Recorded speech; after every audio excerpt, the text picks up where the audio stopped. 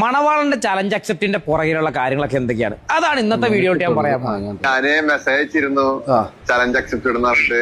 ഈ 2.5 ലക്ഷം challenge accept ചെയ്ത് കഴിഞ്ഞാല് തരാന്ന് നിങ്ങള് പറഞ്ഞിരുന്നു, ആ വീഡിയോയിൽ കണ്ടിരുന്നു. എന്റെ ഇന്റർപോൾ ചാമ്പ്യൻഷിപ്പ് അതുപോലെ 23 സീനിയർ 2.5 ലക്ഷം ചലഞ്ച് അക്സെപ്റ്റ് ചെയ്ത് കഴിഞ്ഞാൽ നീ ഓടും, നീ ഇടികൊണ്ട് ഓടും, നീ പഴുക്കും. നീ പിന്നെ വല്ല പോപ്കോൺ കടയിലും ഭംഗിക്ക് വെക്കാനേ കൊള്ളാം, വല്ല എടുത്ത് ചവച്ച തിന്നാ. പിന്നെ പോപ്കോൺ ഷേപ്പ് ആയിപ്പോ നീ കൂടുതൽ കളിക്കില്ല. നീ ഇത് നിന്നോട് കുറച്ച് കാര്യങ്ങൾ ചോദിക്കാനാണ് ഞാൻ ഈ വീഡിയോ ഇട്ട് തന്നേക്കണേ. അതായത് നീ അവകാശപ്പെട്ടത് MMA സ്റ്റേറ്റ് ചാമ്പ്യനായി എന്ന് അവകാശപ്പെട്ടു. അതിന്റെ പേരിൽ നീ വീഡിയോ ഇറക്കി. അതിനെ കുറച്ച് പേര് കറക്റ്റായിട്ട് MMA പ്രോപ്പറായിട്ട് ചെയ്യുന്ന കുറച്ച് ആൾക്കാർ അതിനെക്കുറിച്ച് ഒരു ക്ലാരിഫിക്കേഷൻ ചോദിച്ചു. നിനക്ക് പറയാനില്ല. പ്രോപ്പറായിട്ട് MMA ചെയ്യാൻ അറിയാവുന്നവരുടെ കൂടെ നിന്നെ ഫൈറ്റിന് വിളിച്ചു. നിനക്ക് ചെയ്യാൻ താല്പര്യമില്ല. പക്ഷെ എന്നിട്ട് ഇപ്പൊ നീ ചലഞ്ച് അക്സെപ്റ്റ് ചെയ്യുന്ന ഒരു വീഡിയോ ആയിട്ട് വന്നിരിക്കുന്നു. എന്താണ് ഇതിന്റെ പിന്നിലെ സത്യാവസ്ഥ? അതൊന്നും അറിയാൻ വേണ്ടിയിട്ടാണ് ചോദിക്കുന്നത്.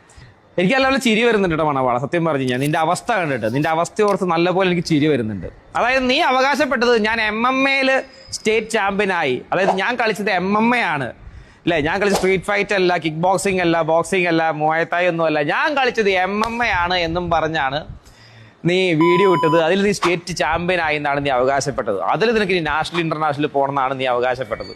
നീ ഇട്ട വീഡിയോ കണ്ട സകല MMA പ്ലേയേഴ്സിന് മനസ്സിലായി നീ കളിച്ച MMA അല്ല എന്നുള്ള കാര്യം. അപ്പൊ എന്ത് ചെയ്തു? അവർ നിനക്കൊരു ചലഞ്ച് അങ്ങോട്ട് വെച്ചു.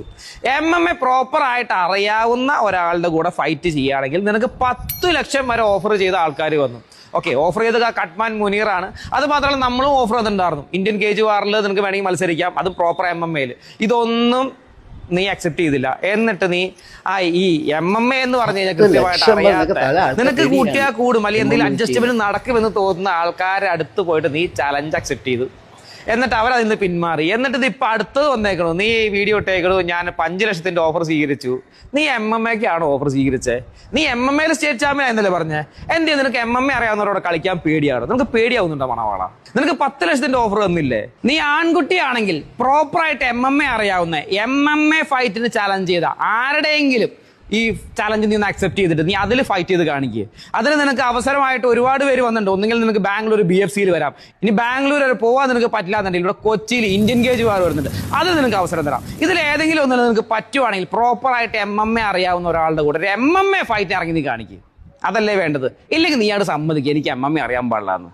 ഇത് പോയിന്റ് പുള്ളിക്കാരൻ പറഞ്ഞതിൽ കാര്യമുണ്ട്. അപ്പം മണവാളൻ എന്റെ കുറച്ച് പേര് എന്തൊന്നും എനിക്കറിഞ്ഞൂടെ.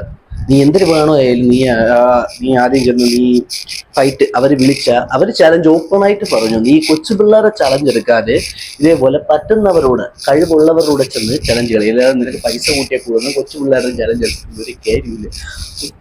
വേണം ഉണ്ടല്ലോ നിനക്ക്. നത്തുറിഞ്ചി കൊച്ചു പിള്ളേരെ പിടിച്ചിടിക്കാൻ പോകും.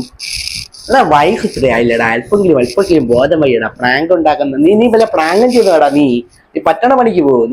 നീ വേണ്ടാത്ത പണിക്കൊന്നും ചെന്നതാ. നീ കണ്ടവരുടെ വാശി ചേർക്കാൻ വേണ്ടിയിട്ട് ഒരുമാതിരി ഉടായി പറഞ്ഞാണ്. നിനക്ക് അന്തസ്സുണ്ടാ നിനക്ക് അല്പെങ്കിലും? മലവാണം സ്റ്റേറ്റ് ചാമ്പ്യൻ പോലും